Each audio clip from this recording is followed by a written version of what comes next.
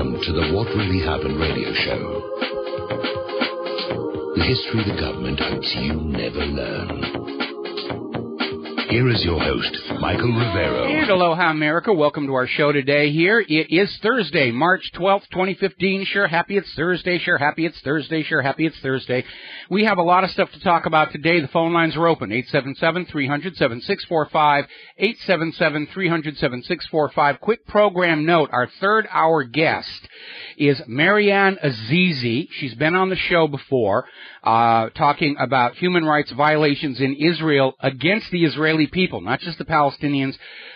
Going to be joining us with a lawyer representing a Canadian woman in Israel who is trying to get back to Canada, and I'll let them fill in all the details here, but that'll be in our third hour. Next Wednesday, the 18th, Michael Striesky of the Hydrogen House Project will be our guest. Following that phone call that we had yesterday, I got in touch with him. He answered my technical questions.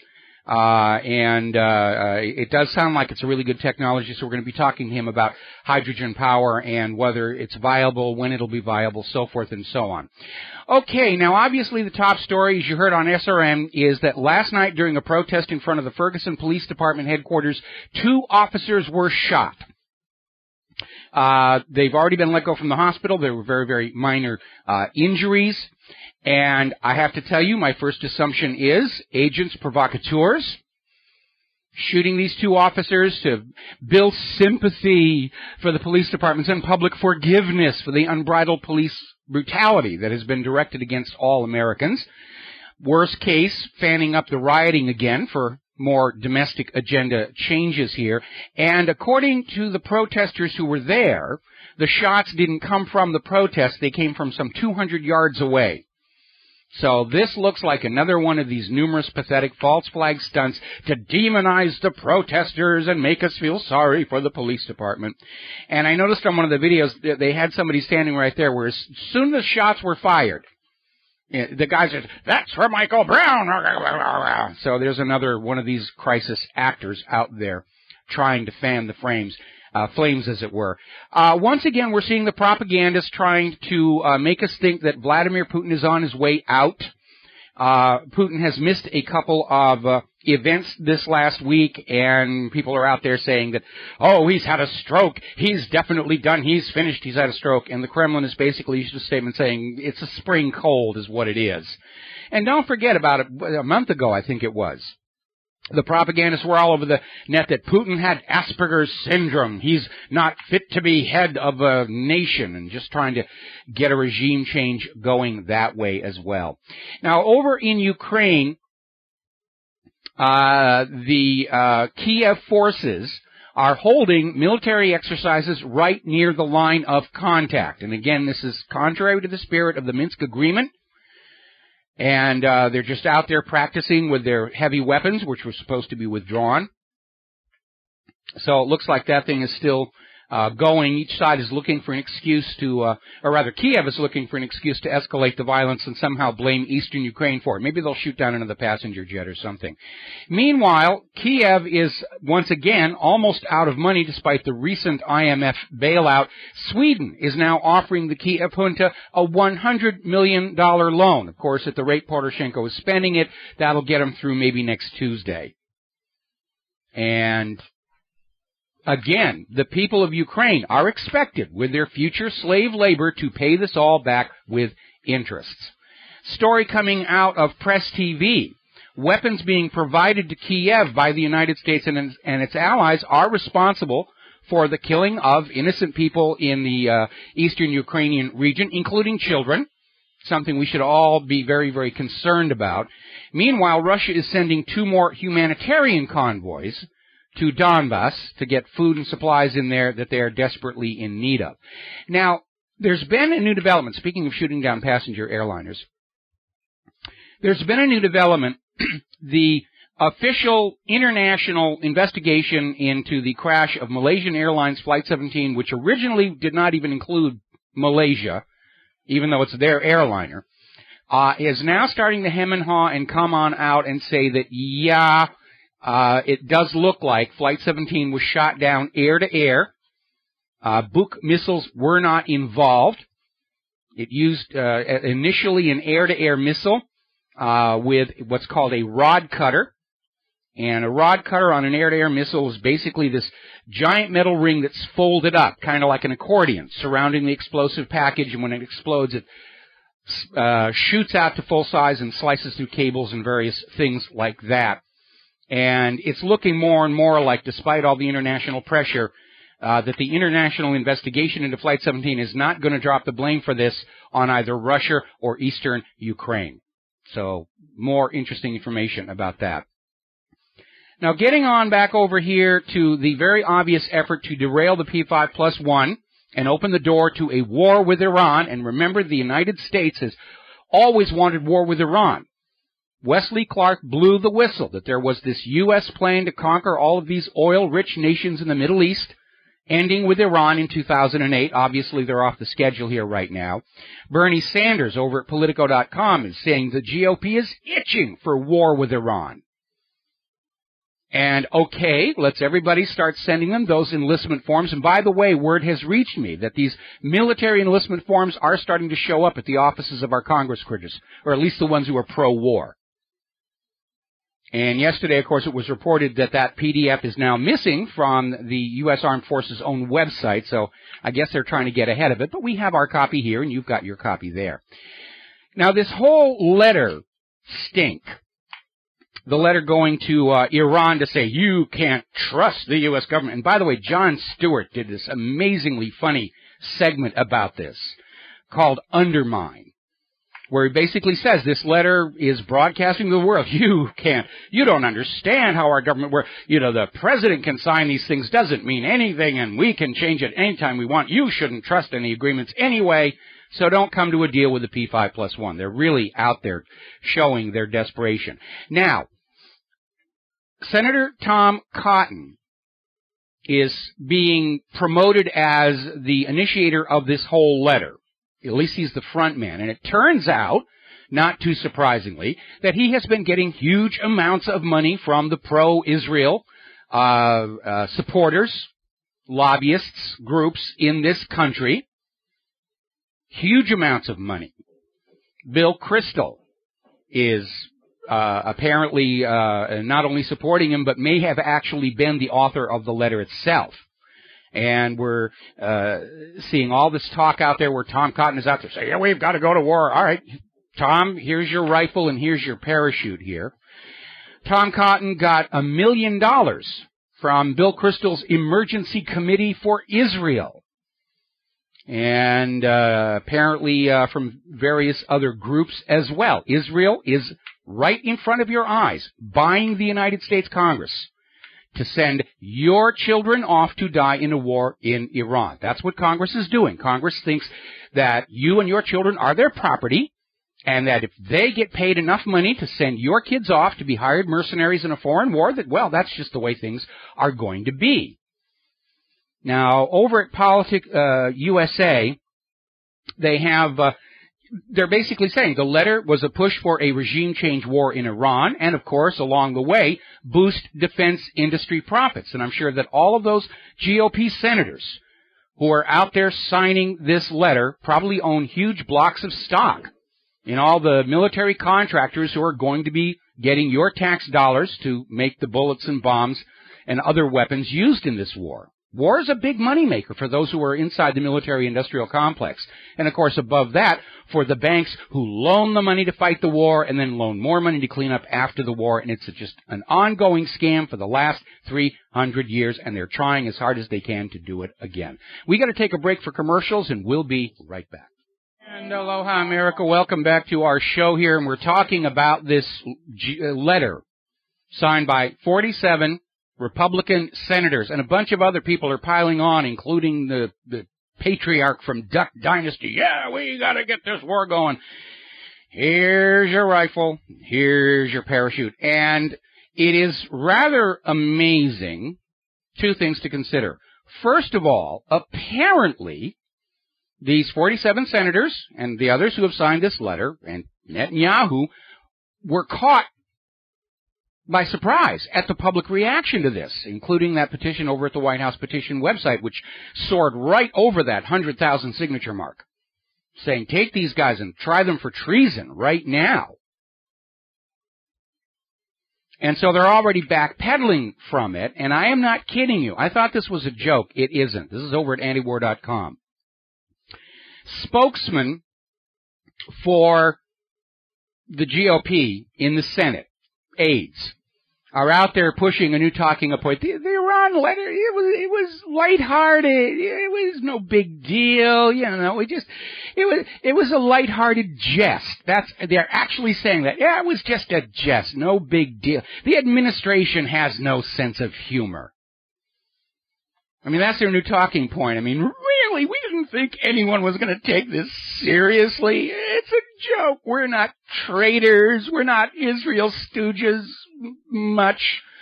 We're not violating the Logan Act here, you know, but we still think bombing the heck out of Iran is the way to go. So they're already backpedaling on that one. And come 2016, all 47 of those GOP senators, I think a third of them will be up for re-election, and we should remember this little incident. The second point that you need to look at, when you look at all the money that Tom Cotton was getting from Israel supporters, is how little it took to buy them. I mean, we're talking $1 million, which does sound like a lot. I wouldn't mind $1 million myself. Get caught up on all my bills. But when you look at what Tom Cotton and these other 47 senators are offering for sale, all of our military-age children, that's what they're selling. And you begin to realize what an absolutely bargain basement price they're willing to accept for that, to sell your children into the slavery of another war. Now, amazingly enough, this is in the Washington Post. They had an article pointing out that for all his bellicosity before Congress, what Netanyahu was out there was describing not Iran's clandestine program to develop nuclear weapons, but that of Israel from the 1960s. When Israel was starting to build their nuclear arsenal, they refused inspections. The few inspectors who actually got there were fooled by fake walls and other devices Israel had done. Israel still won't sign the Non-Proliferation Treaty. Israel will not allow IAEA inspections. It is now established they have nuclear weapons, both from the documents that surfaced from the previous government of South Africa and the recently declassified U.S. government document showing that the United States was helping Israel to build hydrogen bombs. There is no question. Israel is a nuclear-armed state. And the Washington Post was out there saying, yeah, Netanyahu was actually describing Israel, not Iran, in terms of the crimes. Now, international lawyer Barry Grossman is out there saying that from the perception of the world right now, as badly as this has all gone, if the P5+1 talks fail, blame will rest at the feet of Benjamin Netanyahu and all those members of Congress who took AIPAC's money to help him thwart U.S. foreign policy as directed by the White House and the State Department, which is where the Constitution says it has to be decided. Netanyahu was out there still screaming that he will find some way to derail this deal.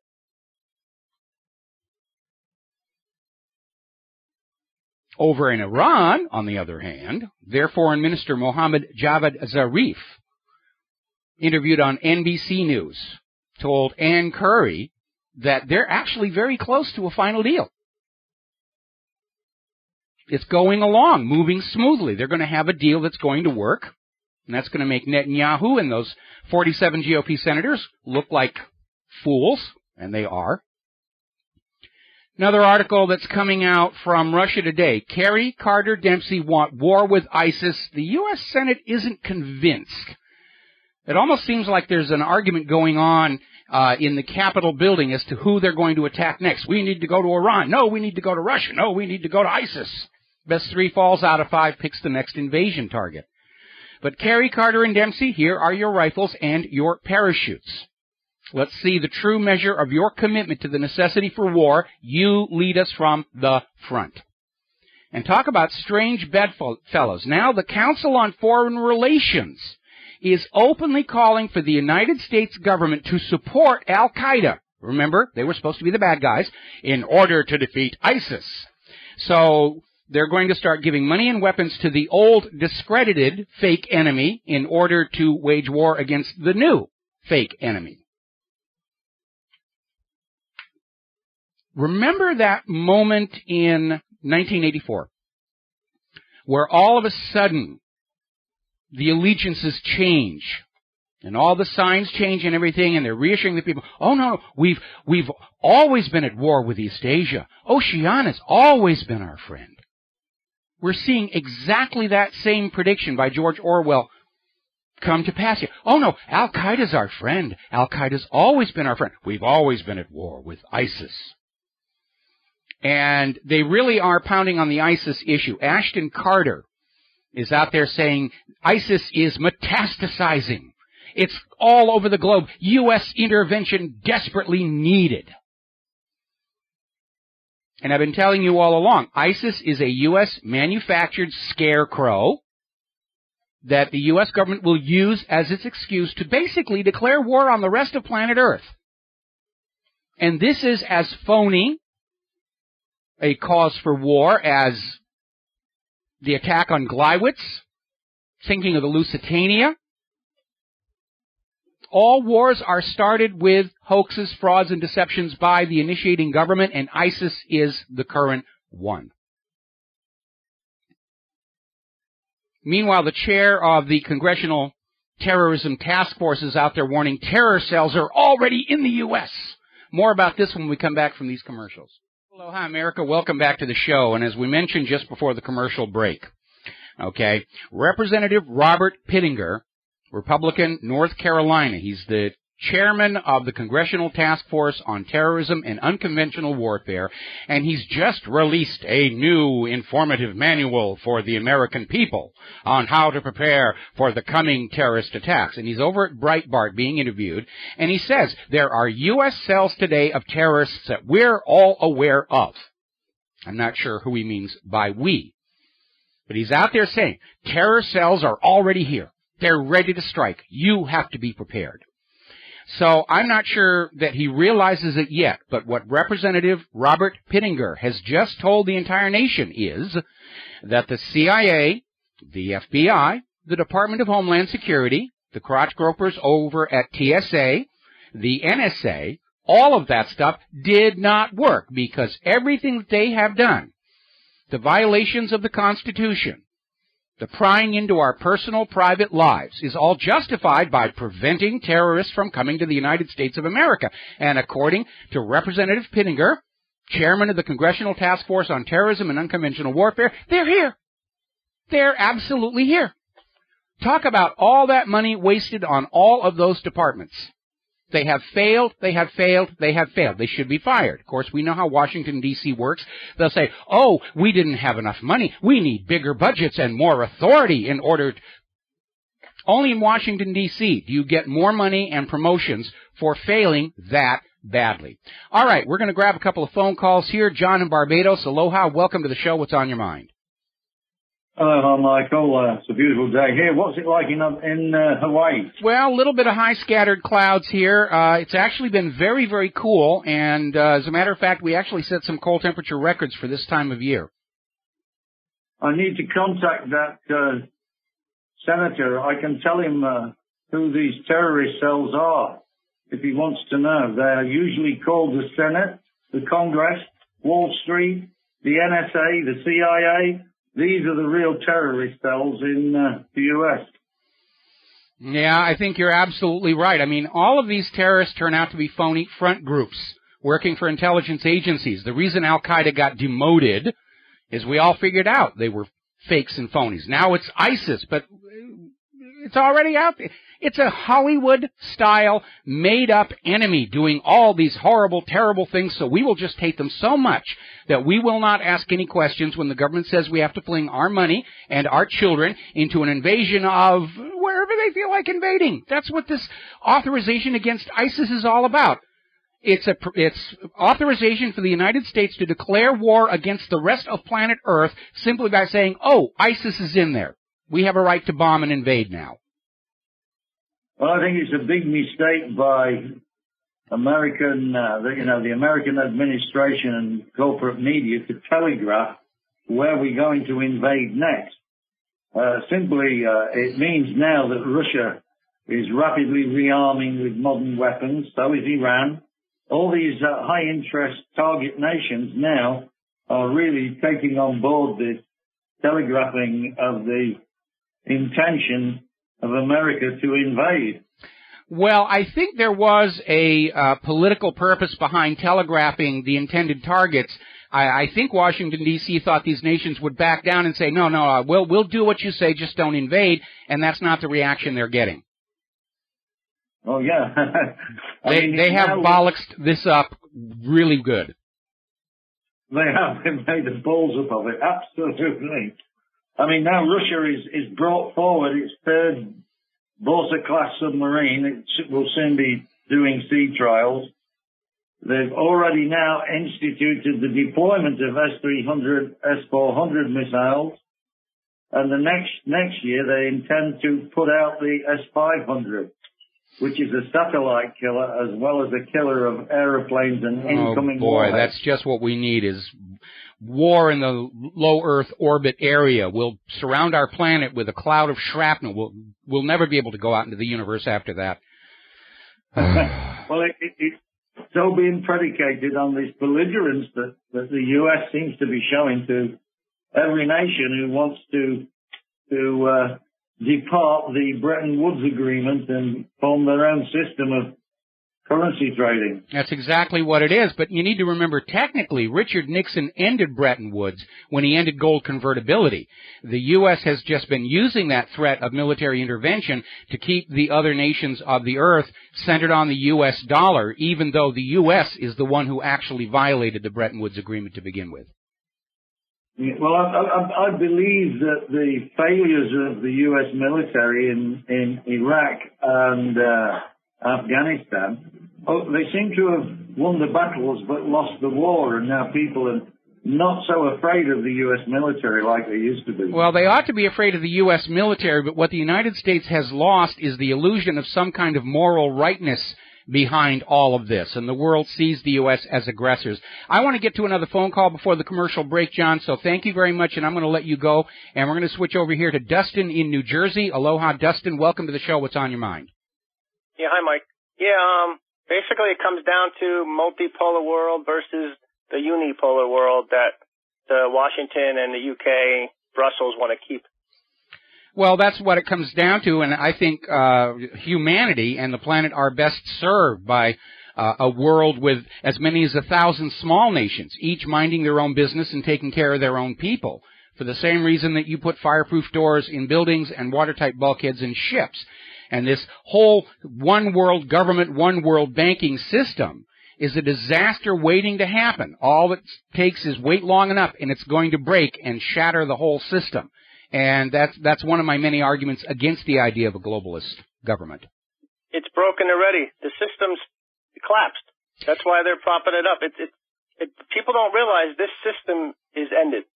Yeah, it is. It's falling apart. The problems with the EU is when they formed the European Union, they included a built-in self-destruct mechanism called the European Central Bank. And they were hoping that all of this transition to the New World Order was going to be complete before people realized what was going on, why their standard of living was being driven down by the bankers. So the fact that they missed their 2008 deadline is a big reason why they're in serious trouble right now. They need debt expansion. That's why they want the Ukraine. That's why they want Georgia. That's why, Iceland doesn't even want to go into the EU now. I mean, the writing's on the wall. The EU's failed. It's a Ponzi scheme, take from one, give to another, but you can't take from them when they're all, broke. Yeah, that's it. They have to find new borrowers here. I mean, ever since Dr. Gilbert Levin proved that there was life up on Mars, the IMF is now up there offering them mortgages.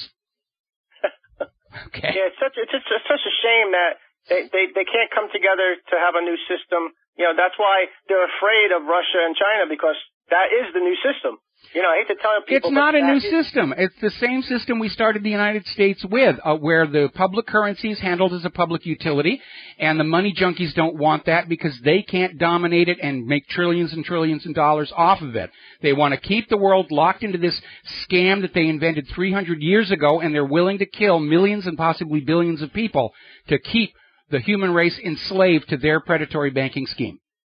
And there's one big difference between World War II and World War III. Mm-hmm. You're going up against powers that have nuclear weapons too. So. Yeah, it's going to get ugly, and I honestly believe the United States is going to lose this one, and it's going to get nuclear before the end of that. All right, Dustin, got to let you go. We're coming up here on another commercial break. Thank you very much for the phone call. When we come on back, we're going to be talking about more indications that yes, ISIS is a U.S. creation to justify war on the rest of planet Earth. We'll be right back. Hi, America. Welcome back to our show here. And before we go back to the phones here, I'm looking at this article came out of Global Research up in Canada. And it's laying out pretty much the whole story. The United States is not actually at war with ISIS. ISIS is a manufactured enemy to be used as justification for the third invasion of Iraq, the second invasion of Libya, and the first invasion of Syria. We've had all these stories about how witnesses are seeing American helicopters delivering weapons and supplies to ISIS. Iraq shot down a couple of them. Iraq arrested foreign military advisors helping ISIS who were carrying American and Israeli passports. It's a gigantic fraud. That's how they're going to sell you more wars. It's perpetual war against ISIS. Wherever they need to invade. Iraq for a fourth time, fifth time, sixth time. Oh, ISIS is back. We got to go on in there and slap them around. Make sure they run their country for the benefit of Wall Street. We're going to grab ourselves a phone call now. Mo in Florida. Aloha. Welcome to the show. What's on your mind? Hi, Michael. How you doing? Fine. Michael, I just want to get your... Oh, man, I think sometimes we're just going crazy. You're like a touchstone that tells me I'm not. But, you know, a couple years ago, when Wesley Clark, former general there, whatever, ran for president, and he outlined all the 7 steps of all these countries we're going to take over, and it just blew me away. I mean, I thought I was dreaming. I mean, here's this general NATO commander and all this top guy explaining how we're going to do these horrible things to these countries without any provocation, is just whatever. And then the guy disappears. He goes to work for Blackstone or whatever, and you never hear from him anymore. And I just wondered, was I dreaming, or this guy really, what happened to this guy? Did he sell out, or? Well, you know, everybody's got a price. Everybody's got a price. I mean, you know, that's just a reality of life. And, but the video interview of him talking about that is all over YouTube, and it's also in this documentary that Oliver Stone put out, which we have currently linked to the front page of whatreallyhappened.com. And yeah, Wesley Clark went public on all of this, and all of the nations that were on that list have been attacked by the United States, except for Iran, and they're still trying to figure out a way to sell that to the American people. And the reason the United States has gotten away with this kind of behavior for so long is because we are brainwashed from infancy to think our government is good, and all those other governments around the world, they're bad, they're dictators, they're warmongers and stuff, but our government is special because we've got the Constitution and the Bill of Rights, and our government serves the people. And so we have a population of Americans who are running around with this attitude of, I just couldn't believe that our government would do, insert scandal. And that's what allows the government to get away with it, by simply doing things that most Americans simply cannot believe our government is doing, like torturing Iraqis to death to find nuclear weapons that never existed. But yes, our government does do those things. Our government is no better or worse than any other government around planet Earth, which is to say all governments are equally evil. Why did this guy go up front and spill all the beans here and he didn't get taken out, or what was the purpose? Well, taking him out would have been a little bit too obvious, but as you say, after that was all said and done, he's gone off to his new occupation. He's probably getting a really nice paycheck, and, you know, he was just persuaded to not make this a big issue anymore. But it's already done. The video of him putting out this plan and relating this story, it is all over YouTube.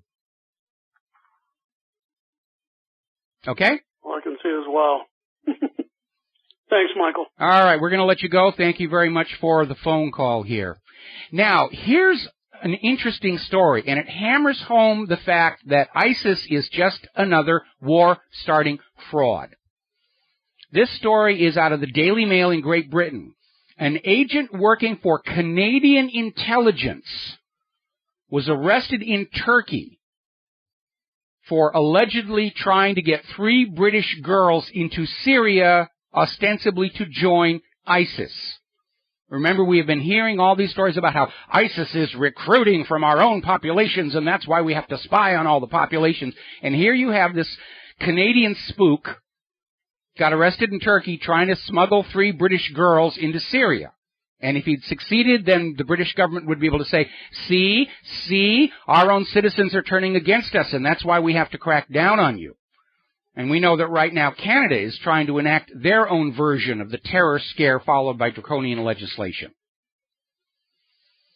Now, as you know, they're having the hearings on Capitol Hill regarding this authorization for the use of military force against ISIS. It's an open-ended carte blanche for the U.S. government to attack any other nation on planet Earth simply by saying, oh, ISIS is in there.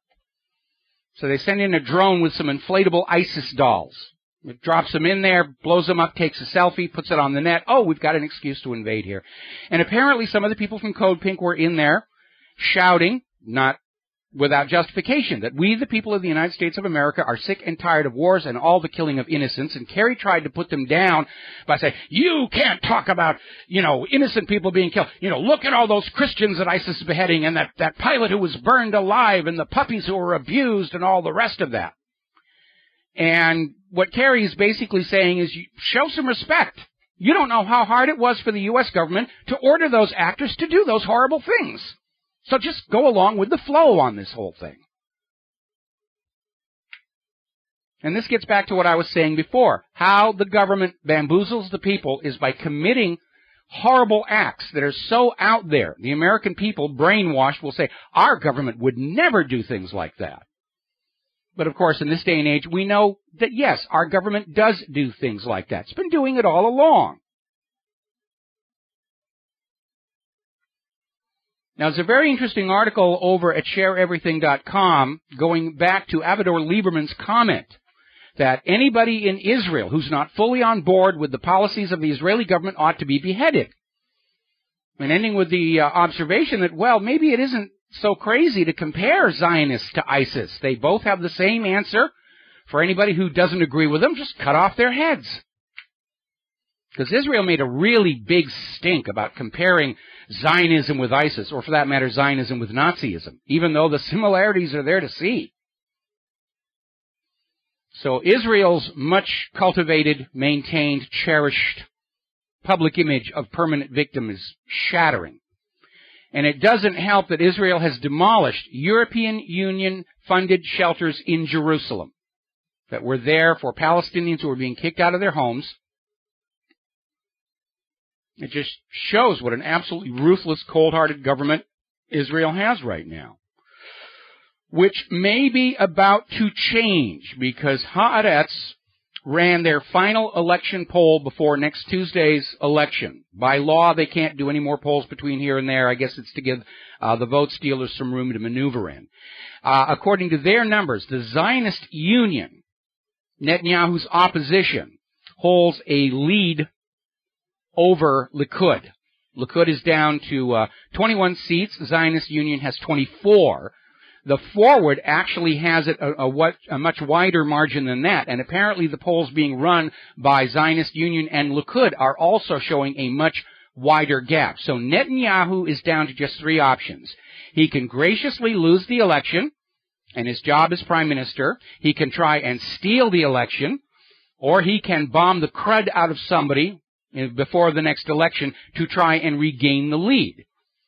Because populations of voters, historically, are very reluctant to change a government in the middle of a war. American politicians have used that. Netanyahu could use that.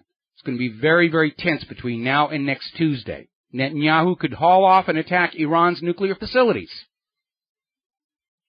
trying to hold on to his office. Speaking of beheadings, down in Mexico, a 42-year-old woman running for mayor was kidnapped and decapitated. And apparently in the same area where 43 trainee teachers were abducted and killed. Really is very much out of control down there in Mexico from the drug cartels. You know, those drug cartels that are getting all their guns from the U.S. taxpayer through Fast and Furious. Those guys. That's who our government is supporting with your tax dollars through the Fast and Furious program. All right, we're going to take a break for the news. When we come back for hour number 2, we're going to be talking about the economy and some other issues as well. The news is not good. I know the stock market is really up. That's very suspicious, and I'll be explaining why when we come back from our news break. And aloha, America. Welcome back to the show. Hour number 2. The phone lines are open, 877-300-7645, 877-300-7645. I see we have a call waiting right now. Before we get to it, I want to hit a couple of the economic news stories. Apparently, the IMF has been forced to approve an even larger Ukraine bailout. And it's not a bailout, it's another loan. And it's a high-risk loan, which means it's got high interest rates on it. And they're basically giving Kiev immediate access to $5 billion of emergency IMF credit, trying to keep the junta afloat. Now, of course, Poroshenko is not spending that money on paying Ukraine's gas bill or trying to make life better for the Ukrainian people. He's overwhelmingly spending most of it on new weapons, and I'm sure a large part of it is vanishing into the pockets of Kiev's corrupted leadership here. Now, getting on to the domestic economy, retail sales in the U.S. fell for the third straight month. They're saying unexpectedly. Well, remember, they always have these charts. It's going to do this, it's going to do that. And just like the global warming people, the real world doesn't line up with their charts. Unexpectedly, they were predicting a zoom in retail sales, and it's not there because we don't have any money to go to the store and buy anything with. Despite that, the Dow had a wonderful day. The U.S. stock market had an amazing, amazing day. And what's really interesting is people are trying to explain it all away. And Fox News was out there saying that the reason the stock market did really well today is Wall Street investors are betting that the Federal Reserve is going to decide not to raise rates after all. Well, if that many people are buying that many stocks, they're not guessing. I think the Fed has already made the decision that they can't raise rates, especially with the rest of the major economies slashing theirs. And the word has leaked out to the insiders who hopped on board there. There was another series of bank stress tests. Deutsche and Santander failed. Bank of America received a warning. And it's edging closer to the point where they're going to be able to execute those bail-ins that they've been talking about, which is helping themselves to the savings accounts of their customers. Because if you are a banking customer, you're no longer a customer. You have been redefined. Your relationship with the bank has been redefined to that of an unsecured investor, meaning if the bank loses money, so do you. Article out of governmentslaves.info. Currency turmoil makes precious metals ownership a necessity. And I know silver got hammered. Somebody's trying to drive that one down. But you need a safe haven. All right, we're going to go ahead and grab a phone call. Sean in Seattle, aloha. Welcome to the show. What's on your mind? Aloha, Mike. You had a caller a couple of days ago mentioned 1933, and I think they're all tied in the gold confiscation, bankruptcy, which we might actually still be under War Powers Act, trading with the enemy. That basically, just kind of permanently enslaved us, that whole notion. Well, Jim Traficante, before his fall from grace, was up there on the floor of the Congress saying, yeah, the United States is in a bankruptcy and it's going to mean hardship for the people. Well, it just seems to me we got to get, I understood what you said. I don't know if you recall specifically, but that all that matters is how we view the Constitution, not But I think we kind of have to get to the bottom of how they've subverted it in a legal sense. And I heard recently that if you look at the back of your Social Security card, there's another number, and the first letter represents which Federal Reserve branch holds the bonds which are created when your birth certificate is created. And it's just, I don't know how much you know about this, but it seems that there's something to it, and we've got to unravel this mystery to, regain our freedom. They've kind of enslaved, I think, the whole planet, but particularly us, or maybe starting with us. My Social Security card dissolved back during the Nixon administration, so I can't verify that for myself. But I don't think we need to get tangled up in minutia and fine details. We just need to go back to that idea that the federal government is the federal government only so long as it complies with the contract with America called the Constitution. And we're seeing our young people be propagandized in the public school system as to what the Bill of Rights really means. They're rewording the Bill of Rights. They're just assuming that these kids and their parents will not go back and check the original document. And they're talking about how, yes, the Congress can change the Constitution all by themselves, which they can't, but everybody needs to read the original Constitution and the Bill of Rights, not some regurgitated processed version that's being presented in the schools and the corporate media. But you need to go back and understand that Constitution exists to limit the federal government's power and authority over you.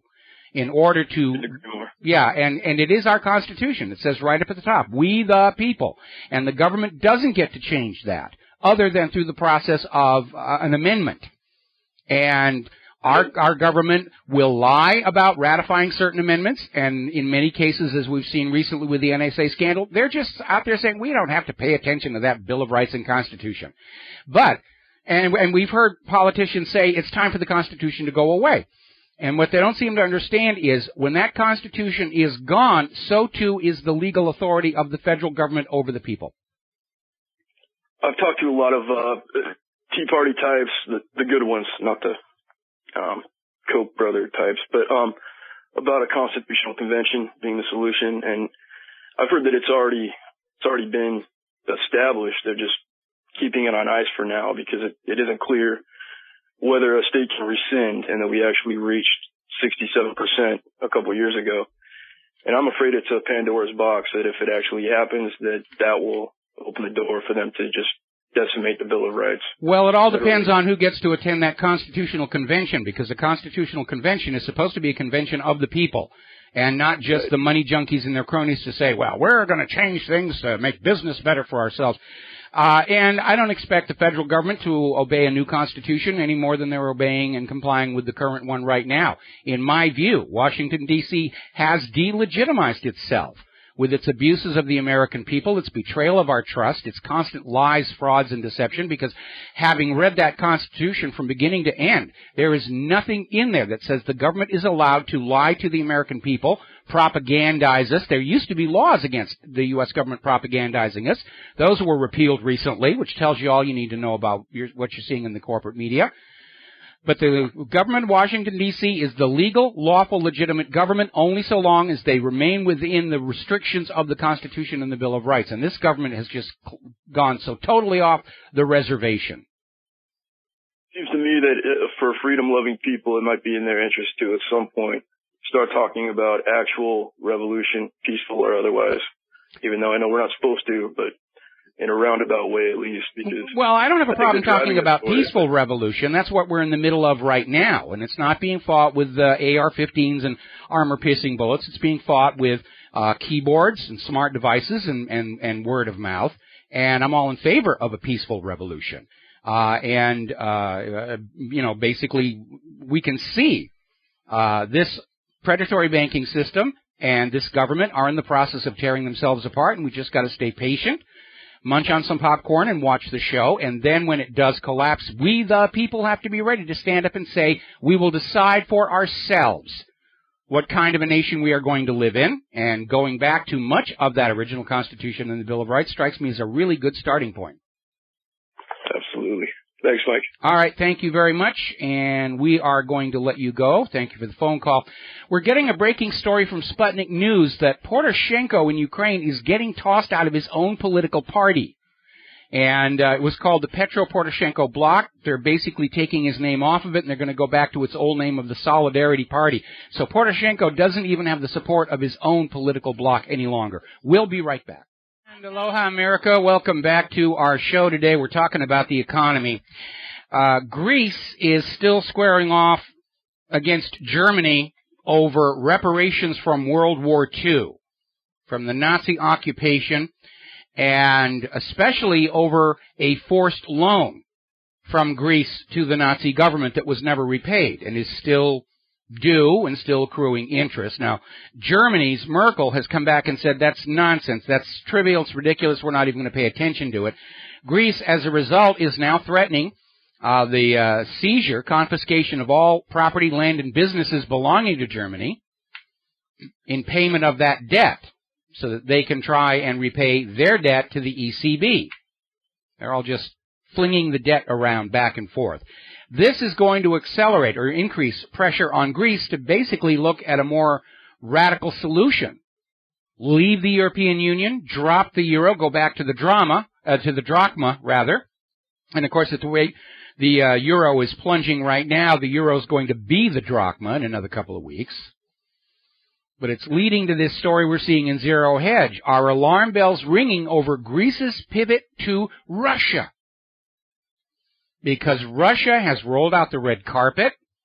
They're telling Greece, if you leave the EU, all the food embargoes will be lifted, and we will help you out of your economic mess with the same gentle hand that we just showed Cyprus. And the European Union and the ECB are stuck. They can't cut Greece any slack on their debt without every other member nation of the European Union demanding exactly the same thing. So I think it's only a matter of time before Greece pulls out of the European Union and does pivot to Russia. At which point Greece will make the U.S. government's special high-interest targets list for covert overthrow or coup d'etat or outright invasion and bombing. Story out of 12160. Homelessness in Washington, D.C., the nation's capital, has reached record levels. And what's really interesting is not too long ago on Top Gear, which apparently is not going to complete the current season because of the kerfuffle with Jeremy Clarkson, to prove that the BBC is serious about out-of-control stars after the embarrassment of Jimmy Savile. But Top Gear did an episode where they came to the United States and they drove through Washington, D.C., and their comments were always, wow, it sure doesn't look like this in the tourist brochures, because we see pictures of the White House and the Capitol building and the monuments, and we think that's what Washington, D.C. is. And it isn't. It's a city with big city problems and high crime and now record-level homelessness. When you're a country and you can't even fix the economy of your capital city so it looks good, you know you're in serious trouble. Story out of Zero Hedge talking about all of these oil boom towns that boomed up with the petroleum and fracking and the rest of it. Now they're in serious financial trouble because of the oil price wars, leading to these towns succumbing to major problems: drugs, prostitution, violence. Oh yeah, that oil price war with Russia, that was a really good idea over there. Let's see. According to Gallup, Americans name government as #1 U.S. problem. We decided to run our own poll over here on whatreallyhappened.com, and in hindsight, I should have added Wall Street to it, but I was kind of doing this tongue-in-cheek. And the poll was, who is America's greatest enemy? And the choices were the U.S. government, Russia, China, Iran, Israel, Fox News, McDonald's. Like I said, it wasn't serious. And I should have put Wall Street on there. U.S. government got 67% of the vote. China got 1% of the vote. Israel got 26% of the vote. Fox News 2%. McDonald's 4%. So Fox News ought to be feeling really good about that. They're seen as less of a threat to the United States than McDonald's over there. Another little article over at FARS News. Outrageous facts about the U.S. Congress and the super PACs. And it basically goes down some information that you need to be aware of when you talk about a Congress that's supposed to be of the people, by the people, and for the people. That's supposed to represent us all. It doesn't. It represents the money junkies. The collective net worth of all members of Congress is over $2 billion. More than 50% of the members of Congress are millionaires. This at a time when the net worth of most American households has declined, and I don't care what the Federal Reserve says to the contrary. And this in a capital city where homelessness has just hit new record levels. They're money junkies. They're sociopaths. They're suffering from narcissistic personality disorder, which is characterized by an inability to admit fault, mistake, error, or accept blame and responsibility for your actions. And that seems to be something that makes for a really good politician and really lousy leadership. All righty, we're going to grab ourselves another phone call here. Steve in California. Aloha, Steve. Welcome to the show. What's on your mind? Well, I just want to give you a little update on something that happened to me last weekend with Obamacare. I had taxes done at H&R Block, and my wife and I both have health insurance. And it came to our attention that the questionnaire they asked when they're doing your taxes, do you have health care? And I said, yes, we do. And, we pulled out our insurance cards, and they said, do you need to see the proof? They said, no, we just have to ask the question. So basically, in a nutshell, is if you are honest and say you do when you don't, you avoid the penalty. If you're honest and you say, yes, we don't have it, basically, in a nutshell, it goes on the honest. They're not validating that whole situation. I mean, the workload that's been added by Obamacare is horrendous. There was a story we posted to whatreallyhappened.com where apparently a government tax auditor, clerk, whatever, died at his desk Tuesday, and they didn't notice he was dead until today. So, which I guess they thought he was sleeping or something. And, the tax system is absolutely a complete mess, and more people are just saying, look what they spend our money on. And they don't listen to us. They take our money. It's taxation without representation, and I remember that had a little something to do with that argument we had with King George III back in 1776. Okay? Yeah, I was just amazed. There's no validation. You you have it. That's good to know, because I got to tell you, my Obamacare compliant health insurance was utterly worthless for my hospital stay last year. Utterly worthless. All right, we're coming up here. Thank you very much for the phone call. We're going to let you go. We're coming up on another commercial break, and we will be right back after these words from our very generous and caring sponsors. Hi, America. Welcome back to the show here. And over the break, I was looking at the Fox News feed, and they're commenting on this Gallup poll, which has been reported by Associated Press, that confidence by the American people in all three branches of the federal government are at an all-time low. And, of course, the talking heads reaction is, what's wrong with those American people? And one of them was out there literally saying, don't those American people understand that the federal government and our military is the only thing protecting us from extinction from our enemies? And I think he's been hanging around Netanyahu a little too long, because that's Netanyahu's whole thing. We're the only thing between you and extinction. And this is getting right back to the end of that wonderful movie, V for Vendetta, where the High Chancellor, played by John Hurt, is out there saying, I want everybody to remember why they need us. And that's exactly what they're trying to do, and they sell the idea that we can't live without the federal government. We can't live without the military. We can't live without the Federal Reserve. Yeah, we can. We've done it before. And it looks like we're going to get a chance to do it again. And the fact that the numbers came out this low tells us the American people have taken the red pill. They have awakened. The scales have fallen from their eyes, yea, verily. Whatever metaphor you wish to use. The U.S. government and the corporate media have lost the war for the minds of the American people and the people of the world. Zbigniew Brzezinski was right. It's a global political awakening. The people of planet Earth are starting to realize that all governments are inherently evil. They're corrupted. They tend toward oligarchy. And it gets back to the wisdom of some of the founding fathers of this nation. That government governs best which governs least. Our nation was founded on the idea of little tiny central government that would do for the nation what the nation needed but could not otherwise organize, and otherwise just get the hands off the lives of the people. Boy, it's funny looking at their faces with the soundtrack turned off, and you can almost see them shaking.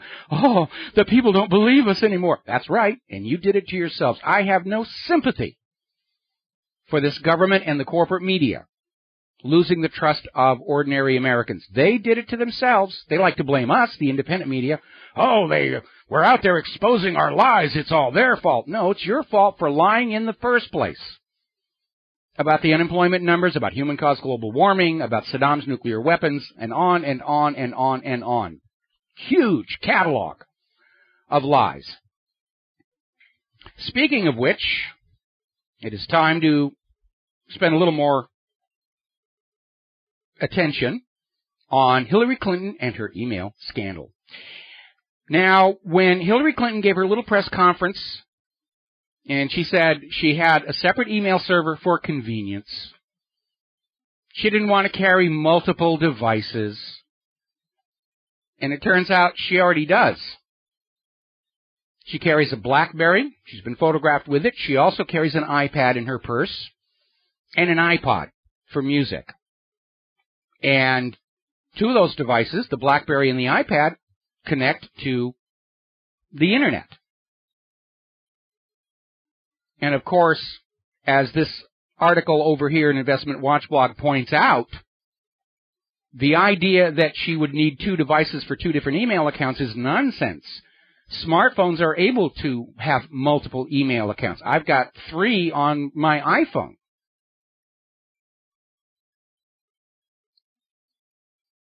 Actually 4, now that I think about it. Home personal, what really happened mail. Mail for the animation business, and one address that I can send things only to the iPhone to upload. So it's nonsense. This idea that she had the separate server because she didn't want to carry multiple devices. She's carrying multiple devices, and all those devices can handle multiple email accounts. By the way, it has now come out that Hillary's top aides at the U.S. State Department were using her private email server as well. And apparently some of them expressed concern that this was a violation of the federal public records laws. And Hillary apparently wagged her finger at them and said, now, you're being a Hillary hater. So we've got Hillary Clinton, Hagel, Eric Holder, all these secret personal email accounts on which they were clearly doing government business. And it basically underscores there is a secret shadow government hidden from the public view. Now, here's a very interesting story. This came out of dailycaller.com. There's an IT expert, Vinny Troja, who told Fox News' Greta Van Susteren that he traced the IP address of the server Hillary Clinton had her private email accounts on, and it is not in her home. Apparently, he traced it to a government building in downtown Manhattan. Now, that's interesting, over and above the fact that Hillary's, once again, lying about what's going on, because if Hillary had her private email served on a government computer, then everything on it is the property of the U.S. taxpayers. If those 31,000 erased emails or retained, unreleased emails are private, then she was using government property for personal use. Now, if those erased emails, those missing 31,000 emails, were official business, then Hillary is guilty of destroying public property. Now, as of the last time I checked, ClintonEmail.com, it looks like the domain has been shut down and the IP is now pointing to a server down in Puerto Rico. So they're playing games trying to conceal their tracks. Now, do you remember back during Bill Clinton's term in office, and people were talking about the travel office firings and Vince Foster and all the rest of that, and Hillary's excuse was there was a vast right-wing conspiracy aligned against her and her husband. Well, That was then, this is now, and Hillary's excuse is there's a vast left-wing conspiracy. And the latest word coming out from Clinton insider Ed Klein is saying that Barack Obama blew the lid on this email server scandal, that he's turned on Hillary. He's not going to support her in 2016. Remember what I said about narcissistic personality disorder, the inability to admit fault, blame, guilt. It's somebody else's fault. We're seeing that from Hillary Rodham Clinton. It's a vast right-wing conspiracy. President Obama is out to get me. This lady is showing signs of severe mental illness. Now, Kaspersky is going like gangbusters, digging into this link between the NSA and this equation group. And they're finding more code names in this hacker group that are names of covert programs at the NSA, leaked by Edward Snowden. And Kaspersky claims to have found the main malware platform. They're calling it the Space Station. And it's this universal intrusion software that has 116 different modules that it can deploy into targeted computers. This is major league industrial developed, and they're saying that from the equation group's work, they can tell that these people are working 9 to 5 in an office someplace. They're not doing this evenings and weekends in their own home. They're in a work environment, salaried, developing all of this stuff. And the evidence is growing that the biggest hacking group on the planet is a front for the National Security Agency. We got to take a break, and we'll be right back. Hi, America. Welcome back to our show. Now, there is a group called Reporters Without Borders. They are sponsored by the United States government, and their public purpose is to get around censorship of the Internet in other countries in order to catapult the propaganda forward. And basically, they're setting up proxy servers so that people who are living in other countries that have Internet censorship can bypass that. Now, this seems a rather hypocritical thing to be doing at a time when the U.S. government is openly talking about trying to find some way to control content on American blogs like this. But it's all about we want our propaganda to reach them. We don't want their propaganda to reach us. And they're still trying to fight the propaganda war by the rules that worked in the 1950s and 1960s. And that is why it is not succeeding at this particular point. Now, here's an interesting story out of Fox 31, Denver. Apparently, somebody noticed that outside a Golden post office, there was this camera set up at the driveway, positioned to take a picture of the face of a driver and the license plate as customers left the post office. And apparently, within an hour of Fox 31 finding this, the camera had been removed. And now we're hearing that people are seeing these all over the country. The post office is now spying on you. They're part of the surveillance network. It's amazing. I mean, this is all driven by money, the companies that are selling the cameras, and we've got to have a camera here, we've got to have a camera there. The sheer volume of data being collected defies meaningful analysis. Data collected is linearly additive, but the correlation among all those data points is an unlimited expansion. They like to justify the surveillance state saying, we've got to find the needle in the haystack and we need the whole haystack. Well, fine, but don't throw more hay on there that you know doesn't have needles in it, which is what they're doing. Apple is now admitting Siri voice data from your requests is being sent to third parties, some of whom may be presumed to be marketing firms, advertising firms, finding out your buying habits, and no reason to rule out that it's not also going to the U.S. government to get voice prints on you and snippets of recordings that can be edited together into something very incriminating here. Apparently, the new Wi-Fi Barbie doll, NSA Barbie, records children's conversations and uploads them to the cloud for marketing people and government to snoop on. Should rename Barbie to Natasha. Anyway, good news from the Netherlands. The Dutch court over there overturned their data retention law, saying privacy is more important. And so they've shut them down. Now, up in Canada, there's a big stink about Bill C-51. This is the bill that is being ramrodded through following a very dubious terror attack at the Canadian Parliament. And apparently, the Commons Public Safety Committee that's holding hearings on this bill is not allowing the federal Canadian government privacy watchdog to come in and express concerns about the violations of privacy of this new law. We don't want to hear from anybody who disagrees with us. We know we're going to pass this law, and that's all there is to it. And apparently Open Media, which is a digital rights organization, is throwing their support behind a national day of action against the Canadian government's secret police bill C-51. They're going to be having marches all across Canada this Saturday, March 14th. It's going to be in Vancouver, among other places. And let's see, Victoria, Halifax. And there's a link from What Really Happened where you can go to their page and find out where these events are happening. But unless you Canadians want to be living under the same degree of surveillance that we Americans are, you better get out there and make a stink about it right now.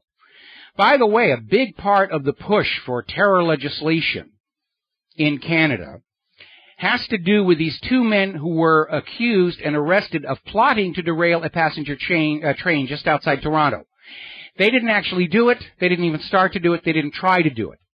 They were arrested and put on trial on the testimony of a single star witness who turns out to be an FBI undercover agent who spent months becoming their friends. This is another patsy being set up to push that terror agenda. Now, the U.S. is facing severe criticism because the United Nations top investigator on the use of torture has been trying to get into Guantanamo and U.S. federal government prisons for 2 years and is still being blocked. And now he's making a big stink about it. Juan Mendez said, what are they hiding? As a member of the United Nations, they are supposed to be open to these special reporters coming on in and verifying that the United States is in accord with the Universal Declaration of Human Rights. And he's been waiting for 2 years. Has not happened. Now, today the FCC finally published all 400 pages of their net neutrality rules. And at first reading, contrary to some of the dire warnings that we were hearing about, I'm not seeing anything in there that directly addresses the possibility of the government controlling content. It is 400 pages of rules, and it's laying out the argument, the counter-argument to the major telecoms, which said that not allowing them to prioritize or even block traffic represented a violation of their First Amendment right to freedom of speech. Here we have another corporation claiming a human right. The FCC basically came out and said that these telecom companies are conduits, and as such, they are not themselves speakers to which the First Amendment could apply, and that therefore mandating equal access and non-blocking is not an abridgment of First Amendment rights for a corporation. So it's actually so far, and I've only given it a cursory once through, but so far it does look like what it was supposed to be, protecting net neutrality. Now, you're all free to read it yourself, and if you find anything in there that says that bloggers have to now get a government license or pay a fee or something, please call my attention to it. But on my first reading through it, I didn't see anything that blatantly came out and said, we will control all that you see and hear. We're the control voice from the outer limits. Alrighty. The FAA has now come out saying that you cannot post videos from your drone on YouTube. And they're invoking a very bizarre argument, saying that because YouTube does sell advertising, this is a commercial use of your video. You're flying your drone around, following your puppies and kittens and everything else around, and you post it on YouTube, and the FAA is saying that is a commercial use of the video, and that comes under serious restrictions regarding footage and videos obtained from aircraft, which is their jurisdiction. Okay, interesting little story. This is a YouTube video, Armed Patriots Stand Against the Feds, and this is up in Washington State, where a man was arrested for having an unloaded rifle, and he was hauled off to jail and then released with no charges after it was all over. And Washington gun rights advocates staged a new protest in front of the court building. This time the weapons were loaded. No violence, but the police backed down. That's a good thing.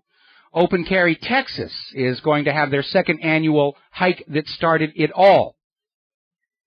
10-mile open carry march along pretty much the same route they did last year. So the American people are standing up and saying there is a Second Amendment, and you will comply with it.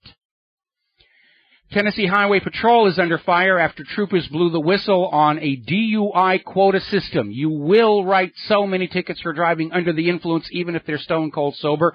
And, of course, the troopers blowing the whistle get punished, and those running the quota system to loot the public, nothing at all. Story here from 21st Century Wire. BBC still determined to cover up the legacy of monster Jimmy Savile. Any reporters in the BBC who wanted to look at the story were warned off at risk of their job. But BBC is going to slap Jeremy Clarkson around over at Top Gear to prove how butch they are, and we will keep our stars in line. Apparently, Clarkson got into an argument with the producer over, we're told, the lack of a hot meal at the end of a day's filming. And it got physical. Clarkson has been suspended. The last 3 segments of this season have been canceled, and already the syndicators around the globe are demanding refunds. This is going to cost BBC hundreds of millions of pounds by the time the dust settles. And Clarkson's attitude is, I'm a free agent. Come and get me, competitors to BBC. I'm available out there. So we'll see how this winds up. All right, we're going to take a break for the news. When we come back, Mariam Azizi and her friend Moti from Israel, I don't have his last name, he's a lawyer, talking about human rights abuses. Aloha, America. Welcome back to our show, hour number 3, and joining us on Skype and the phone is Mariam Azizi, author, and we've had her on the show before, and from Israel. Moti, I don't have your last name, and please forgive me for that oversight, so welcome to our show. Hi. Yeah, thank you. Hi. All right, well, Miriam, the reason I got you on the show today is you shared a story with me regarding this Canadian woman, and would you bring our listeners up to date on exactly what's going on with that? I will, Michael. Let me give you a little background on this. You know from previous interviews that I wrote a book about being trapped in Israel and what happened, how my husband broke down and became no one, and subsequently never shut up about it. Lots of people have come forward who are foreign dual nationals and Israelis with the same story. 3 weeks ago, I was contacted through my website by a Canadian lady called Hannah Gann. She made Aliyah, stupidly, emigrated to Israel with her mum and dad in December, on the 1st of December. On the 24th of December, she realized she'd made a mistake and she wanted to go home. She's 5-6 months pregnant now, and she has 2 young children. And her father didn't like her choice of lifestyle, not being religious. So when she tried to leave, he put a stop order on her, involved the social services, and tried to take her children from her. She couldn't leave on her Israeli ID, so she renewed the passports he'd stolen from her and tried to leave in February, and was stopped at the airport and refused to exit. She then, Moti helped her. We found her a nice place to stay while we worked out what to do. And within an hour of speaking to her parents, who insisted she would never leave Israel ever, the police swooped down on her like a siege and took her to the police station and took her children from her. At the moment, she cannot see her children, she cannot leave the country, and she's trapped in Israel, a real live Canadian citizen.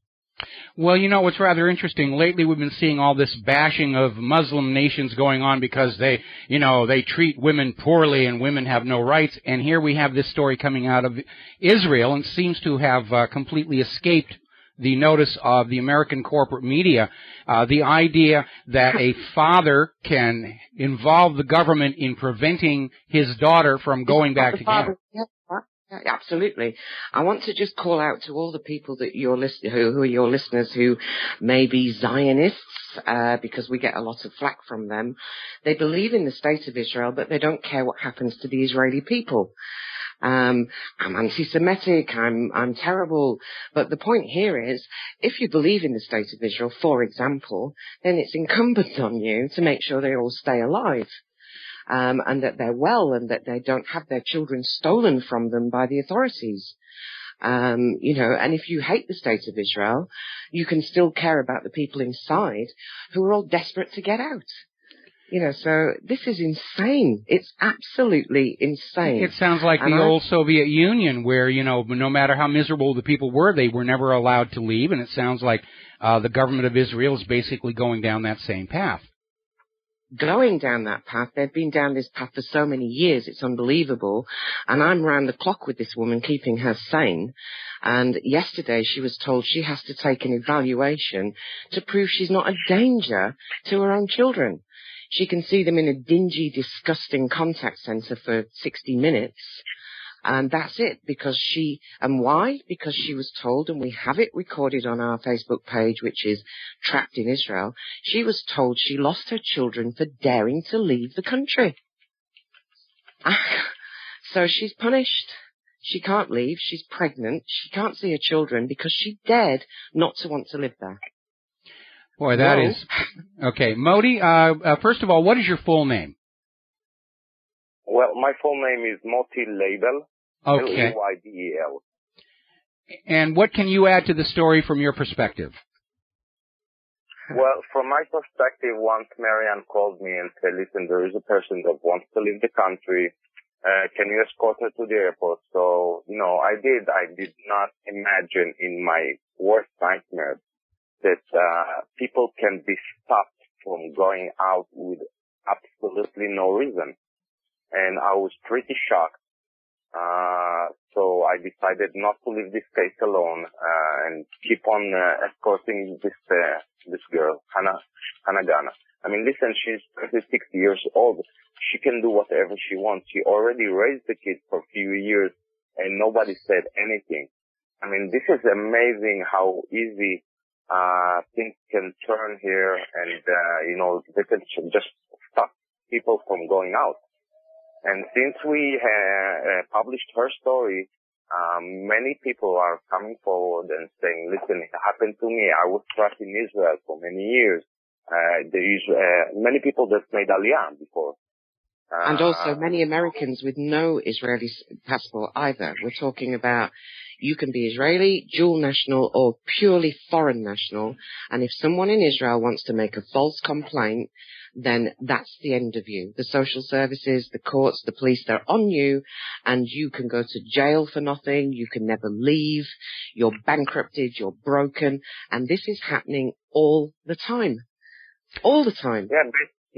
Yeah, listen, basically, in this case, it's her father, but it's not only the father. Any person, any neighbor can call the social services and tell them, listen, I think this woman, this man is abusing the kids, and that's it. That's it for the person. I mean, they're gonna come. The welfare in Israel, the social services are very happy that things like that happen because they can get the merchandise, which is our kids. We talked about it before, if you remember, Michael. Yes, I remember. Once the social services get a complaint, they jump on the bargain and they just take the kids. And, it doesn't matter what happened with them after that. But, I mean, I still can't believe what's going on here. I live here and, I never seen things like that. It's absolutely. Well, it occurs to me that there may be a couple of overlapping issues here. I mean, in the United States, the Child Protective Services are very abusive, and they look for any excuse to take children away from their parents, because the more children they take away, the bigger their budgets become. So they're financially incentivized to separate children from their parents.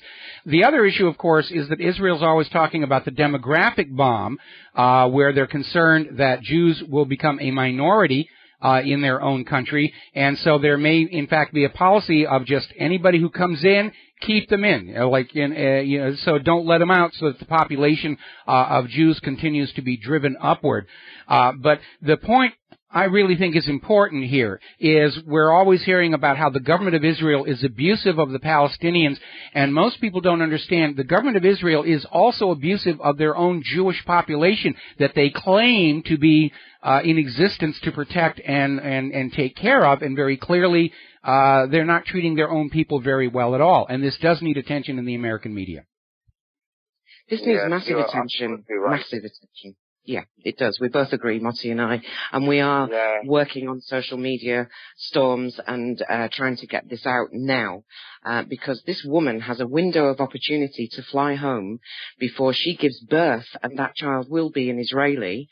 And at that point, she will never get out, because right now, conceived in Canada, it will be born, he, she, in Israel, and become, as the social worker told her, the property of Israel.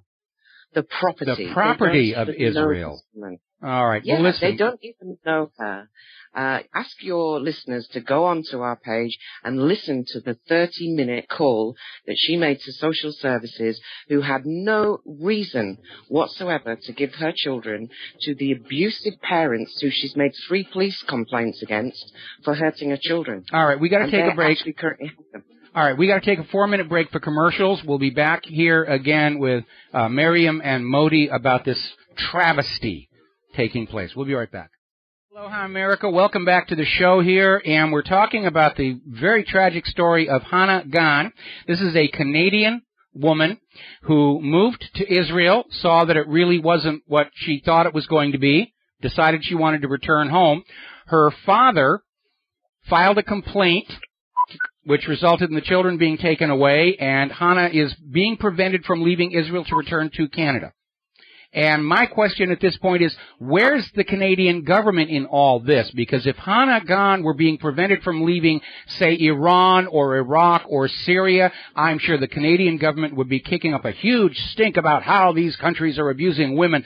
But where are they with the situation of Hannah being trapped in Israel? Michael, she made an inquiry back to Canada on the 24th of December, 3 weeks after she arrived, that she wanted to leave. She was SOSing the Canadian embassy by January. They'd said, okay, we'll sort you out. Once she was trapped, I was on the phone to them, she was on the phone to them, but they can't help because Israel do not have a treaty that allows anyone inside to leave on their own passport. So if she got this ID when she arrived, she's now primarily an Israeli, and there's no money back guarantee, 30 days, don't like the product. She's there, end of, and they can't help her, or they won't help her. Well, we know that certainly the government of the United States of America is notorious for turning a blind eye to Israeli abuses against Americans, whether it's Rachel Corrie or Furkan Dogan. And it seems like the Canadian government is just as subverted by Israel as that of the United States of America. And for the Canadians listening to this show, and there are a lot of you who are, this is the kind of support you can expect from your government should you fall under Israeli jurisdiction and they decide that you are not allowed to leave. Again, this idea that Israel has no treaties allowing people to leave on their own native passports, that sounds to me like confirmation that there's an official policy to have a one-way door for Jews to come into Israel but not be allowed to leave in order to fight off the growing demographic imbalance that we're seeing in there. But again, the point I want to make here is that we're well aware of the abuses of the Israeli government against the Palestinians under their control. And here we're seeing something that the corporate media has never mentioned before, the Israeli government abuses against their Jewish population. Jewish, yeah. I have Americans lined up to talk to you who are not Israeli citizens. One has just escaped now after 4 years of torture in that country, imprisoned for nothing. He's just now in California, and he's ready to tell the world that he's had to leave without his children, not an Israeli. You know, so Moti can tell you how the system works. They take the dad, they go to the mum, and then they take the kids, don't they, Moti? Yeah, absolutely. But first I want to speak about the abuse of the Israeli government on Israeli citizens. You are absolutely right. It feels, we have a general feeling here that our government is, it's so corrupted that, the corruption finally touches us, the simple people. Financially, we are financially abused. We are tax abused, taxes. And, as I told you before, they're taking our kids away. They're separating the fathers from the kids. They're donating, to this issue. They actually want to separate the fathers from the kids, then they can, the mother and the kids will be all alone, and then they're taking the kids from the mothers. What happened to Hannah is, unfortunately, don't happen only to foreign citizens. It happens here. We get it all the time. And millions of people have no exit orders in Israel only because of death or any kind of lawsuit. Millions of things. Yeah. Listen, Michael, I have some debt, okay? And I cannot leave Israel. I'm trapped here. Well, while I was speaking to Marianne, during the time, she explained to me that it's not like that all over the world. I mean, if she has that, and, she can live and she can go wherever she wants. We cannot do this. That almost makes common sense because, if you're in a country whose economy is in terrible shape like the United States and you've got debts to pay, obviously you can go to another country with a better economy and sell your skills and get the money to pay your debts. But if you're kept inside the country with the bad economy, you're never going to get those debts paid off, and it's a very short-sighted situation. We only have about 3 more minutes here, Miriam. I've got your Facebook page linked from whatreallyhappened.com. I ask your people, go onto the Trapped in Israel page. Right now, social services are blackmailing Hannah to get an apartment on the promise she'll get her kids, which she won't because the judges said no. We need to raise funds for her to get her out. We need to raise funds for everybody else, and we need to make change. You can read all about it there, and we just have to stop her from, being trapped. We have to save her. Well, I think what's really interesting is that recording of the social services worker saying that if Hannah's baby is born in Israel, it becomes the property of the government. And it seems like the government of Israel is basically returning to an age of slavery, where you are our property. And that, I think, is very dangerous for all the people of Israel, regardless of their religion. Well, please ask your listeners to get on that page and help us to help her, because it could happen to any of you. Well, I'm personally not planning on visiting Israel anytime soon, and I'm sure they would be happy to be rid of me if I did. But it betrays a terrible mindset of the Israeli government to view its population as property, as herd, as asset. We have about 1 minute left to go. Miriam, what do you want to share with our listeners? We're having a documentary made, and you are going to get the whole scoop on it. We're going to be videoing every day that I'm there, and I'll be there soon. All right. Modi, anything you want to add to that? No, just thank you very much for the opportunity to let the world hear what we are, the citizens of Israel, are suffering from the government of Israel. That's it. Yeah, that's an important message to get on out there, because that's an aspect of life in Israel that is absolutely not being touched on by America's corporate media, that Israel's government, and this is not anti-Semitic to say this, we're talking about the actions of a government against its own people, regardless of whether they're Jewish or Muslim or Christian. Correct. But how could it I live in Israel, and I am absolutely not anti-Semitic. I cannot be. I am Jewish. All right, well, listen, we're about out of time here. We're going to have you guys back on in the very, very near future. Please keep me up to date on progress with Hannah, because it is a tragic story. And where is the government of Canada on all of this? They're not going to protect their own citizens just because they're inside Israel at the time. We got to take a break for commercials. Thank you, Miriam and Modi, and we'll be right back after these words from our sponsors. America, welcome back to the show. And I'm already getting emails about that interview we just did with Miriam and Modi. People are absolutely in shock. And again, the shocking part of it is that the government of Israel is abusive not just to the Palestinians, Muslims, Christians, but even to their Jewish population. They seem to think that the people are the property of the government and they can do whatever they want with them. We're going to grab ourselves a phone call here. Dave, Hold on. Hello? Hey, Mike, great show. So what you're saying is Israel is now the Hotel Califima. You can check in, but you can't check out, right? That does seem to be it. I was looking for a good metaphor to use, and but that's it. Yeah, you can check in, you can't check out, and whether that's to preserve the demographic advantage, or just to trap people and their money inside. But the important part of the story, the American media have never touched this. The government of Israel's treatment of its own Jewish population is atrocious. Yeah, it's crazy. Just remember, people, Uncle Sam and Anti-Semite tell us it's not real, it is real. Okay. All right. Thank you very much for the phone call. We're going to let you go. And since we are in our last half hour, we are going to talk about the subject of human-caused global warming. Very bizarre story here. This was reported in the Washington Post. In the city of Capricotta, Italy, they recorded 100.8 inches of snow in just 18 hours on March 5th. They're trying to get an official confirmation, because if it's verified, it would be a new world record for snowfall in a single 24-hour period. 100.8 inches in 18 hours. Remember back in 2000, snowfalls are now a thing of the past. We'll tell that to the Italians. And even if it doesn't set a new all-time snowfall in 24-hour record, it's obviously a huge amount of snow.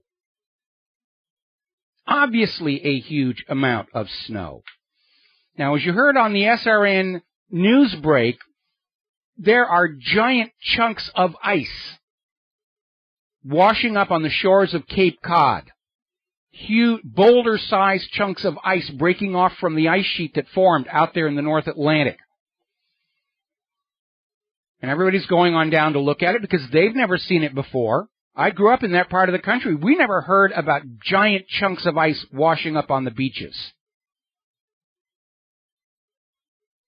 Now, here in Hawaii, the Star Advertiser is reporting that we are in a record cold spell here. Obviously, cold for Hawaii is not as harmful as cold for the rest of the country, but we've been getting temperatures down in the 50s in Hawaii. And broke the previous record for that date, set in 1974, and tied the record set in 1962. That's here in Hawaii. Article out on, Global Warming Lies by Walter E. Williams. And basically going on that this whole climate change propaganda is a front for a socialist agenda of redistributing wealth from the poor people in rich countries to the rich people in the poor countries. And in 2010, German economist and IPCC official Ottmar Edenhofer said, one must say clearly that we redistribute de facto the world's wealth by climate policy. Global warming is not science, it is politics. It is another hoax to trick you out of your money in carbon taxes. So they've got the money to play with and go out and tinker with the rest of the world.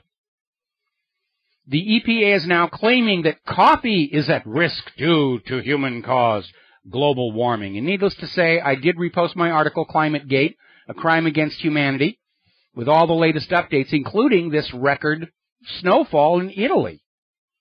Because already We are seeing stories being put all over the media about that snow and ice. That was just a few places. Really, this was one of the warmest winters we've ever had. They're already out there trying to make you forget about the snow and the ice that you have seen, all the cold weather records that were set. They're already getting ready to say, oh, boy, it's just a broiling year here because we've got this thermometer in the middle of the airport surrounded by jets belching out burning kerosene that says it's hotter than it ever was before. The carbon Nazis are not quitting. They are not only liars, they are totally unrepentant and shameless liars. I'm already getting flooded with emails saying, no, you should be reporting on the record temperature that was out here at this one thermometer.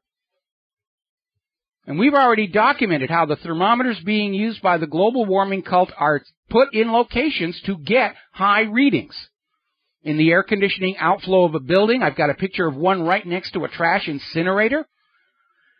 Over the last few years, they've shut down all the temperature stations out in the cooler rural parts, and they're relying on thermometers inside cities which are very hot. It's called the urban heat island effect. They're cherry-picking the data to convince you that despite all the snow and ice that we just saw and icebergs washing up on Cape Cod, that it's really getting hot, it's all your fault, we've got to tax your carbon. They're not quitting. Absolutely. Now, the other day we were talking about how for the third time, the tetanus vaccination programs being run by the World Health Organization were found to include within the vaccine human sterilization chemicals. And these vaccines were multiple shots across 6 months, and the normal by itself tetanus vaccine is a single shot. And so people who were wondering what the heck was going on were checking, and they had some of the vaccine tested, and they found this chemical in there that causes women to become sterile. Treats a pregnancy as if it's an infection, and the body's own immune system gets rid of it. Back in 1995, when the World Health Organization was suspected of doing this, and the government of Kenya demanded tests of the vaccines, the World Health Organization canceled the program and took the vaccine away rather than let it be tested. And now we're getting a story that the vaccine supply the World Health Organization has in Kenya is now under police guard to prevent anybody from obtaining samples for testing. It looks like National Security Study Memorandum 200 is once again official U.S. policy. They're trying to depopulate the world, especially in areas where they want those natural resources. And those people, just because they live there, shouldn't be using up those resources. Our corporations need them. Another scandal brewing out of naturalnews.com. The Merck's mumps vaccine clinical trials were totally fabricated. This is another internal whistleblower who's come out to say that the clinical trials are being faked to sell the product. Now, out in California, they've got a new bill under consideration that would erase all options for parents to not have their children vaccinated with these some 40 mandatory vaccines here right now. And they're selling it on the idea that there's a measles outbreak, even though 90% of the kids who are getting measles had the vaccine.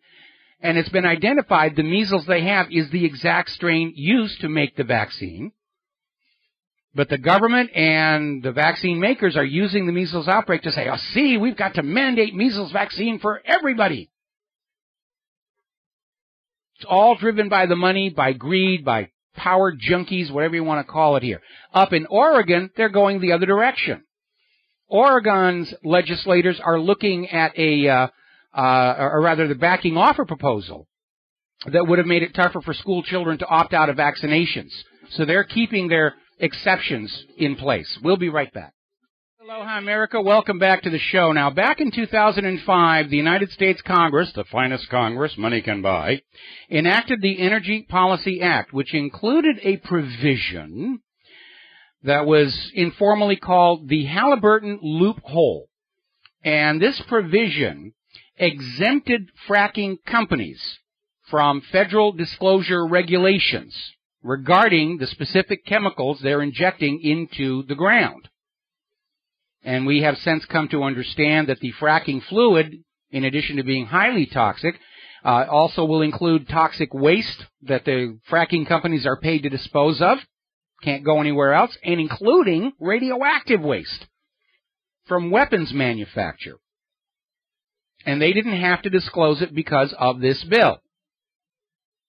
Well, it looks like there was an attempt in the Senate to close that loophole, to say that, yes, fracking companies need to disclose the chemicals that they're putting into the ground. The Senate voted it down. So the Halliburton loophole remains. It's none of your business what the fracking companies are pumping into your drinking water supply. And that's becoming a big issue, because 2 public aquifers in California have now become contaminated with fracking chemicals.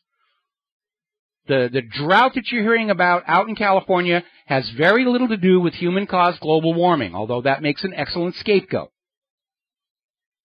2 public aquifers that were supplying drinking water to Californians have become contaminated with these fracking chemicals. And now there's apparently another one that's at risk up in Nebraska. New fracking company, Terex Energy Corporation. They're fracking in the southern Sioux County, and they are immediately adjacent to a gigantic aquifer called the Ogallala Aquifer. And that is a major source for drinkable water for the entire state. And if they contaminate that, it's going to be a major problem. There's going to be a water shortage, which I'm sure Nestle will be all happy about because they'll sell their bottled water. Remember, the head of Nestle actually came out and said there should be no right to fresh water. It should be a corporately provided product. Next, it'll be air. Sorry, you didn't pay your air bill this year. We're going to have to smother you and your children. Now, apparently there was a lawsuit against the Pepsi Corporation over a chemical additive, 4-methyl, let me see if I can pronounce this correctly, methylamidazole, called 4-mel for short, that is used in Pepsi's products. It is a known carcinogen. And there was a class action lawsuit against Pepsi for having this in there, and the federal judge just dismissed it. Said, I'm not convinced there's any harm to this chemical. And so Pepsi's going to go right on using it. Now, getting on back to California, because of the water shortage there, because of the shortage of drinkable water, because of contamination of the aquifers by fracking, California is starting to build what will be the largest desalination plant in the Western Hemisphere. Of course, water from that desalination plant will be much more expensive for the Californians than water coming out of those aquifers would have been. Now, here in the United States, solar is reported growing faster than non-renewable energy in the United States. There have been some interesting developments regarding more efficient solar cells. It's always been a big problem. Solar cells are not very efficient at all, but apparently somebody discovered that if you put a Blu-ray DVD in front of the solar panel, it increased its efficiency by trapping more light inside, and they're working to develop that to make the solar cells a lot more efficient. The Catholic Archdiocese of St. Louis has been ordered to produce 20 years of its documents on sexual abuse by the clergy. And this is coming from Judge Thomas J. Prebill. And apparently the Archdiocese has been resisting. It's dragging through the courts. It's part of a civil lawsuit filed in St. Louis County Circuit Court involving the parents of a young man from Florissant who sued the Archdiocese over the suicide of their son, who was apparently driven to that suicide by the abuse he was suffering. The Vatican has gone ahead and defrocked one St. Paul priest convicted of sexual abuse of young boys. And sometimes you start to wonder what's going on with the court system, because there is this gentleman, Alexander. I don't have his first name, unfortunately. But anyway, this Detroit woman wanted to get state aid for her and her out-of-wedlock child back in the late 1980s. Michigan law requires the name of the father, so she just wrote in this guy's name. Needed to have a name? Here's the name. And she began getting the welfare aid she hoped for. The state then went after Alexander because he was named as the child's father, and he was required to pay child support. Now, the process server who claimed to have served him was actually in jail at the time, and Alexander got arrested and taken to court. He got the mother to admit he was not the father. He got a DNA test to confirm he's not the child's father, and Judge Kathleen McCarthy went ahead and said, sorry, you owe this much in back child support for a child that isn't his and he had never even met. I mean, that is just absurd right on the face of it. And we saw a lot of abuses like that during the heyday of militant feminism, where the courts were just so biased toward the mother and the child, and we're hearing the same things going on over there in Israel, where you can be completely 100% innocent, and the court is going to say, you owe child support for this child. It's not my child. I never met it. That doesn't matter. When the justice system becomes openly unjust, it's another sign that you're living in a dictatorship. That the courts aren't trying to find the truth or be fair or show mercy. They're out there to gain convictions on the little scorecard. This judge, obviously, family court is her thing.